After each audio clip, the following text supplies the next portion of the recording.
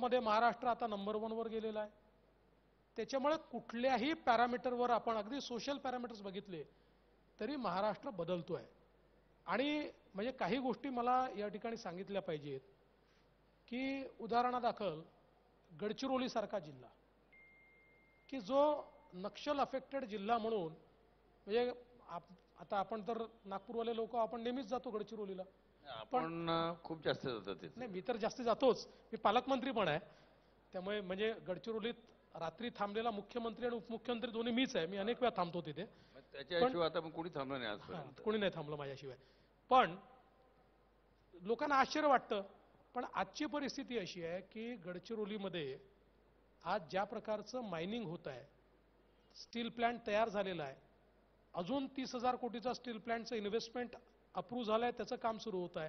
अजून एक कंपनी आली आहे, ते 10,000 कोटीचं इन्व्हेस्टमेंट करतायत. 17-18 कंपन्या अशा आहेत की ज्या आसपास जागा मागतायत की आम्हाला या ठिकाणी छोटे स्टील प्लांट सुरू करायचे आहेत.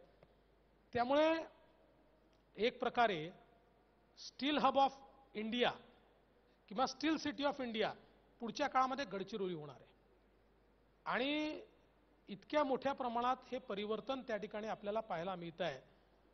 आणि मी असं म्हणतो की ज्या असीमित संभावना आपण ज्याला म्हणतो त्यातली एक काय आहे तर एक 15 दिवसापूर्वी एक प्रेझेंटेशन माझ्याकडे झालं.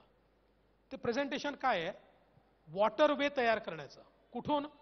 चामोर्शी आणि चिमूर इथपासनं गडचिरोलीतनं वॉटरवे जाईल तेलंगणातनं आंध्र प्रदेशच्या काकीनाडा पोर्टला. म्हणजे चामोर्शी आणि चिमूरपासनं मोठ्यातलं मोठं जहाज हे थेट आपण पोर्टला नेऊ शकू.